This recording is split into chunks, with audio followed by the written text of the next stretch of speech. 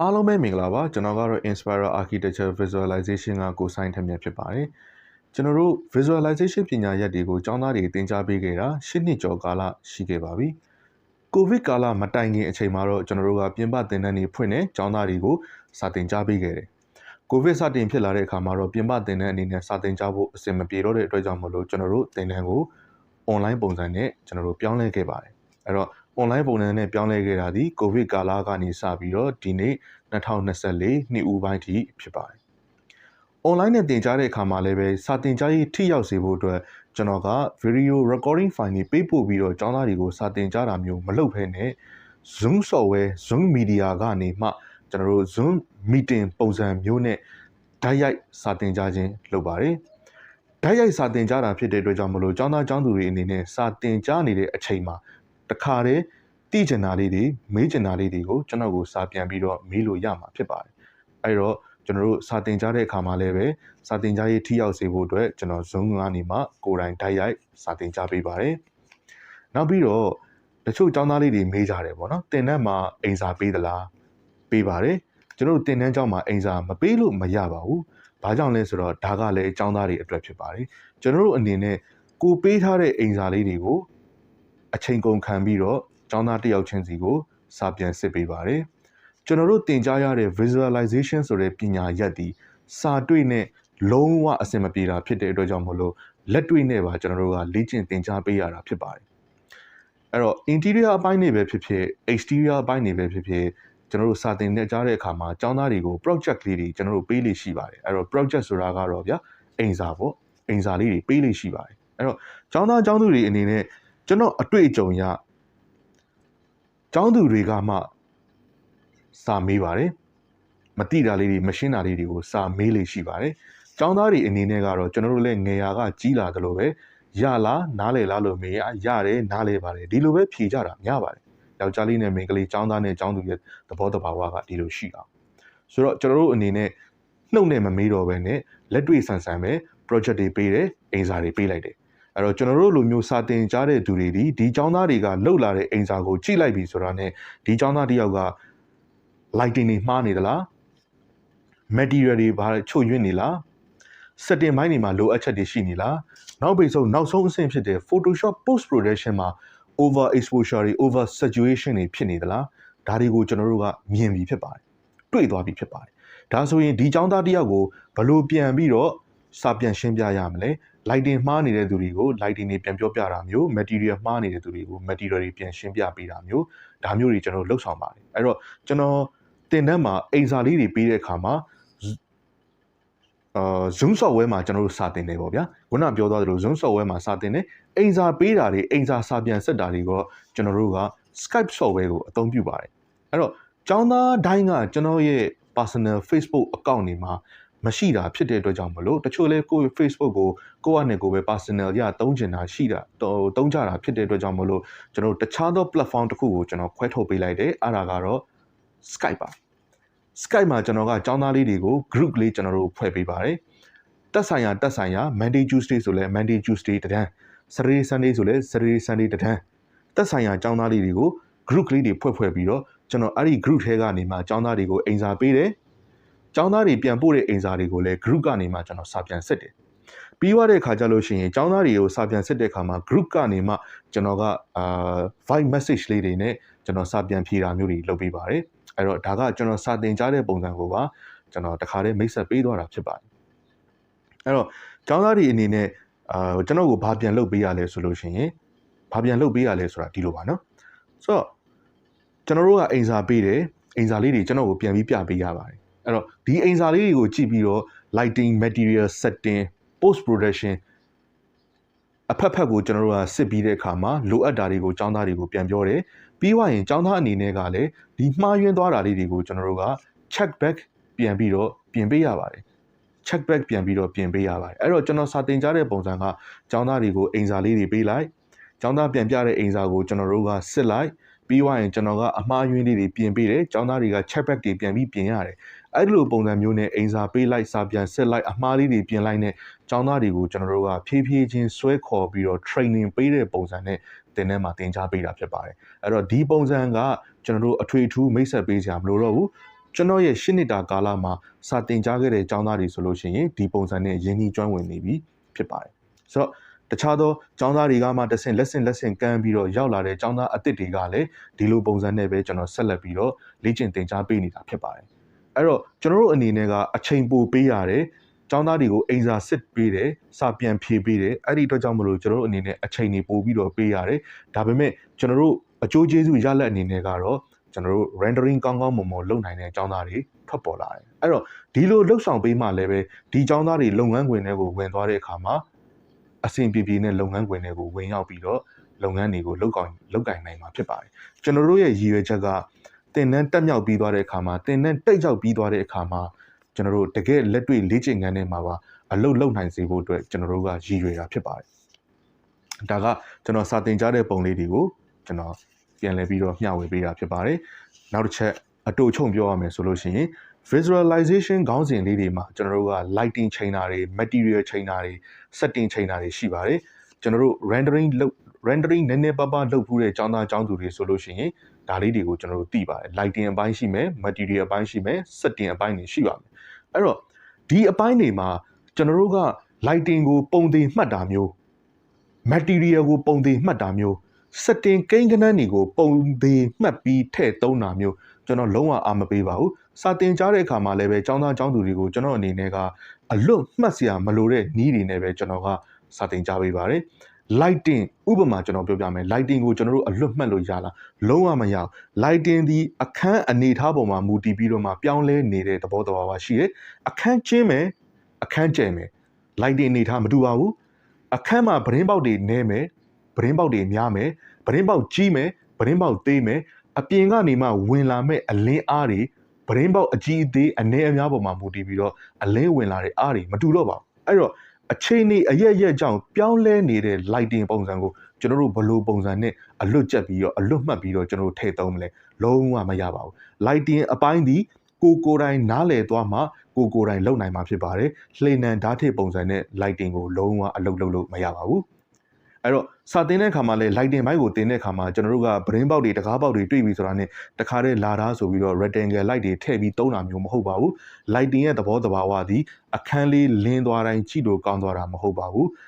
light and shadow မျှတနေမှအလင်းနဲ့အမှောင်ကမျှတနေတော့မှကြည့်လို့ကောင်းတဲ့ lighting အနေအထားတစ်ခုကိုရမှာဖြစ်ပါတယ်မိတ်ဆွေတို့ကိုအနည်းဆက်ဆုံးဥပမာပေးရမယ်ဆိုလို့ရှိရင်ခဲပကြီးကားလေးတစ်ချက်ကရှိတ်ရှဲရိုးလေးတွေပြည်ပြင်းလာလေရုပ်ထွက်ကပို့ပြီးတော့လှလာလေပါပဲအဲ့ဒီလိုပဲကျွန်တော်တို့ရဲ့ visualization ကလည်း light and shadow equal balance ဖြစ်လေမျှခြေအနေထားဖြစ်လေပို့ပြီးတော့ realistic ဆန်လာလေပါပဲ lighting ကိုသုံးတဲ့အခါမှာကျွန်တော်တို့ကတခါတည်းတန်းပြီးတော့ထည့်သုံးတာထက်အရင်စဉ်းစားသင့်ပါတယ်ဘာကိုစဉ်းစားရမလဲ primary secondary fill light တချို့တွေက primary ကို main light လို့ခေါ်ကြတာလည်းရှိတယ် key light လို့ခေါ်ကြတာလည်းရှိတယ်ကျွန်တော်တို့လုပ်ငန်းခွင်မတူလို့ရှိရင်တော့အခေါ်အဝေါ်တွေမတူဘူးဖြစ်နေလိမ့်မယ်ဒါပေမဲ့ဘာပဲပြော primary ပဲပြော main light ပဲပြော key light ပဲပြောအခန်းတစ်ခန်းလုံးကိုဥဆောင်ဥရွက်ပြုတ်ပြီးတော့လင်းသွားစေမဲ့အလင်းကိုရည်ရွယ်တာဖြစ်ပါတယ်အဲ့ဒါဒီ primary light ပါပဲOkay အဲ့တော့ကျွန်တော်တို့ကဘယ်လိုနေရာကနေမှ primary light တွေကိုထည့်သုံးမယ်ဘယ်လိုနေရာတွေမှာ secondary light တွေသုံးမယ် fill light လို့ခေါ်တဲ့တချို့ကြတော့လဲ decoration light လို့ခေါ်ကြတယ်ပေါ့နော်တချို့ကြတော့လဲ MOOD mood light ဆိုပြီးတော့ခေါ်ကြတာလည်းရှိတယ်အဲ့တော့ဒီလို lighting တွေကိုဘယ်လိုနေရာတွေမှာထည့်သွင်းပြီးအသုံးပြုရတယ်ဆိုတာလေ့ကျင့်ခန်းတွေလုပ်ရင်းနဲ့ကျောင်းသားတွေကိုနေရာလေးတွေပြပြီးတော့သဘောတရားတွေနဲ့ကျွန်တော်တို့ကရှင်းလင်းပေးသွားတာဖြစ်ပါတယ်ကျွန်တော်တို့ပုံသေးမှတ်လို့မရတဲ့ကိစ္စဖြစ်ပါတယ် lighting အပိုင်းဒီနောက်ပြီးတော့ material ဒီလဲထိုနည်း၎င်းပါပဲ reflection color ဘယ်လောက်ထားတယ် reflection glossiness တန်ဖိုးဘယ်လောက်ထားတယ်ဥပမာပြောပြမယ်ပါကေးချမ်းချင်းတစ်ခုကို reflection glossiness တန်ဖိုး 0.85 ထားတယ်လို့ပုံသေးမှတ်လို့ရမလားလုံးဝမရပါဘူးဘာကြောင့်လဲကျွန်တော်တို့ပြင်ပလုပ်ငန်းခွင်မှာပါကေးလေးတွေကိုအပြောင်လောက်တာလည်းရှိတယ်အမှိန်လောက်တာလည်းရှိတယ်ဆိုလိုချင်တာကတော့ဗျာကျွန်တော်တို့ glossiness ပြောင်လေးတွေလည်းရှိမယ် glossiness တန်ဖိုးနည်းသွားတဲ့ matte color တွေလည်းရှိမယ်ဆိုတဲ့အတွက်ကြောင့်မလို့ကိုကဒီ material တစ်ခုကိုပြောင်အောင်လိုချင်တယ်ဆိုရင်ပြောင်မဲ့ကဏ္ဍတန်ဖိုးကိုပေးရပါမယ်မှိန်လေးမွဲလေး6လေးလိုချင်တယ်ဆိုရင်တော့မှိန်မွဲ6သွားမယ် material တန်ဖိုးကိုပေးရမှာဖြစ်ပါတယ်အခုကျွန်တော်ရဲ့ဘေးနားမှာရှိနေတဲ့ပန်းအိုးလေးမှာရှိတဲ့ reflection ဆိုလို့ရှိရင် reflection တန်ဖိုးလေးကနဲပါတယ်အရန်ကြီးပြောင်ပြောင်တင်းတင်းနဲ့မှာမပါဘူးအဲ့ဒီအတွက်ကြောင့်မလို့ဒီပန်းအိုးလေးဆိုရင်တော့ reflection တန်ဖိုးတွေအများကြီးသွားပြီးပေးလိုက်ရင်မှားသွားမှာဖြစ်ပါလိမ့်မယ်နမူနာကျွန်တော်ရှင်းပြတာဖြစ်ပါတယ်အဲ့တော့ material တွေကကျွန်တော်တို့အမျိုးအစားအမျိုးကြီးအများကြီးပြောင်းလဲနေတဲ့ကိစ္စမှာကျွန်တော်တို့ကတန်ဖိုးတွေကိုအလွတ်ကျက်ပြီးသွားထည့်လို့မရပါဘူးအဲ့တော့သင်တန်းမှာကျွန်တော်တို့ material တွေကိုအလွတ်မှတ်စရာမလိုအောင် material test file လေးတွေနဲ့ material အပိုင်းကိုအပိုင်း3ပိုင်း low medium high ဆိုပြီးတော့အပိုင်းတွေ3ပိုင်းခွဲပြီးတော့ကျောင်းသားတွေကိုကျွန်တော်သင်ကြားပေးပါတယ်အဲ့တော့သဘောတရားတစ်ခုကတော့လမ်းလျှောက်တက်ခါစားကလေးတယောက်ကိုဘေးကနေမှလက်ကလေးတွဲထားပေးတယ်ဘာနဲ့တွဲလိုက်တာလဲအဲ့တော့လမ်းလျှောက်တက်ခါစားကလေးနဲ့ material လုတ်တက်ခါစားကျောင်းသားတယောက်နဲ့ကိုဘာနဲ့တွဲပြီးသုံးလိုက်တာလဲဆိုတော့ low medium high ဆိုတဲ့ reflection အနေအသင့်အမြ low medium high ဆိုတာ ਨੇ ကျွန်တော်တို့ကဘေးကနေမှတွဲပြီးတော့ခေါ်သွားပေးတာဖြစ်ပါတယ်အဲ့တော့နောက်ပိုင်းလမ်းလျှောက်တက်သွားပြီ okay material setting ကိုကျွမ်းကျင်သွားပြီဆိုရင် low medium high ဆိုတဲ့ကိစ္စသည်မလိုအပ်တော့ပါဘူးဒါကကျွန်တော်ရဲ့ Inspira ရဲ့ mobile teaching method ဖြစ်ပါတယ်အဲ့တော့ကျွန်တော်စာသင်ကြားတဲ့ပုံစံတွေကိုကျွန်တော်ပြောပြနေတာရှင်းပြနေတာဖြစ်ပါတယ်နောက်ပြီးတော့ rendering setting ကိုတချို့ကအရေးကြီးတယ်လို့ပြောမယ် okay rendering setting ဒီအရေးမကြီးဘူးလားဆိုတော့အရေးကြီးပါတယ်ဒါပေမဲ့ visualization ရဲ့ working process တစ်ခုလုံးမှာ20%ကနေမှ30%ဝန်းကျင်ပဲကျွန်တော်တို့ကအရေးကြီးပါတယ်ဘာကြောင့်လဲ rendering setting ဘလောက်ပဲချိန်ထား lighting တွေလွဲနေပြီ material တွေမှားနေပြီ texture mapping တွေအဆင်မပြေဘူးဖြစ်နေပြီဆိုရင်ဘလို့မှရုပ်ထွက်မထွက်ပါဘူး visualization ဆိုတာက lighting တစ်ခုတည်းပေးတတ်လို့ material တစ်ခုပဲလုပ်တတ်လို့ setting တစ်ခုပဲချိန်တတ်လို့လုံးဝရုပ်ထွက်ကောင်းရမှာမဟုတ်ဘူး visualization ဆိုတာကအကြောင်းတရားတွေအားလုံးညီညွတ်မျှတသွားတော့မှပုံကောင်းတစ်ပုံထွက်တဲ့ကိစ္စဖြစ်ပါတယ် lighting ဘိုင်းတွေ material ဘိုင်းတွေ setting ဘိုင်းတွေနောက်ပြီးဆို Photoshop post production ဘိုင်းတွေ modeling အပိုင်းတွေ texture mapping အပိုင်းတွေဒါတွေအားလုံးကညီညွတ်မျှတနေတော့မှပုံကောင်းတစ်ပုံထွက်ဖို့အတွက်မျှော်လင့်လို့ရပါတယ်ဒါတောင်မှကျွန်တော်တို့ထည့်မပြောသွားတဲ့ composition ဆိုတဲ့အပိုင်းတွေရှိပါတယ် design ဆိုတဲ့အပိုင်းတွေရှိပါတယ်ဘလောက်ပဲ lighting ကိုပေးတတ်နေအောင်ဘလောက်ပဲ material တွေချိန်တတ်နေအောင်ဘလောက်ပဲ setting တွေလုပ်တတ်နေအောင်ကိုဖန်တီးထားတဲ့ design ကအဆင်မပြေဘူးဆိုလို့ရှိရင်လေ visualization ရုပ်ထွက်ကထွက်တဲ့တလောက်ထွက်မှာမဟုတ်ပါဘူးအဲ့တော့ visualization ရုပ်ထွက်တစ်ခုကောင်းမွန်စေဖို့အတွက်ကအကြောင်းတရားတွေအများကြီးနဲ့ဖွဲ့စည်းရတာဖြစ်ပါတယ်လုံးဝအလွတ်မှတ်လို့ရတဲ့ကိစ္စတွေမဟုတ်ဘူးဒီခုပြောသွားတဲ့အတူချုံပြောသွားတဲ့အကြောင်းအရာတွေကကျွန်တော်သင်တန်းမှာအသေးစိတ်အကျယ်တဝင့်ရှင်းလင်းပြသပေးမယ်အကြောင်းအရာတွေဖြစ်ပါတယ်ခုန setting အကြောင်းလေးပြောနေတာဆက်လိုက်ရအောင် setting မှာလည်းပဲဒီနေရာဒီ data မှာဒီတန်ဖိုးထည့်ပါတယ်ဆိုပြီးပုံသေးသွားပြီးမှတ်လို့မရဘူးအဲ့တော့ကျွန်တော်တို့ကကျောင်းသားတွေကိုစာသင်တဲ့အခါမှာဒီနေရာမှာရှိတဲ့တန်ဖိုးကိုမူလတိုင်းထားပြီး rendering ချလိုက်လို့ရှိရင်ဒီလိုရလက်ကိုရလာတယ်ဒီတန်ဖိုးလေးကိုတိုးပြီးတော့ rendering ချလိုက်ရင်ကဏ္ဍတန်ဖိုးလေးတိုးပြီးတော့ rendering လုပ်လိုက်လို့ရှိရင်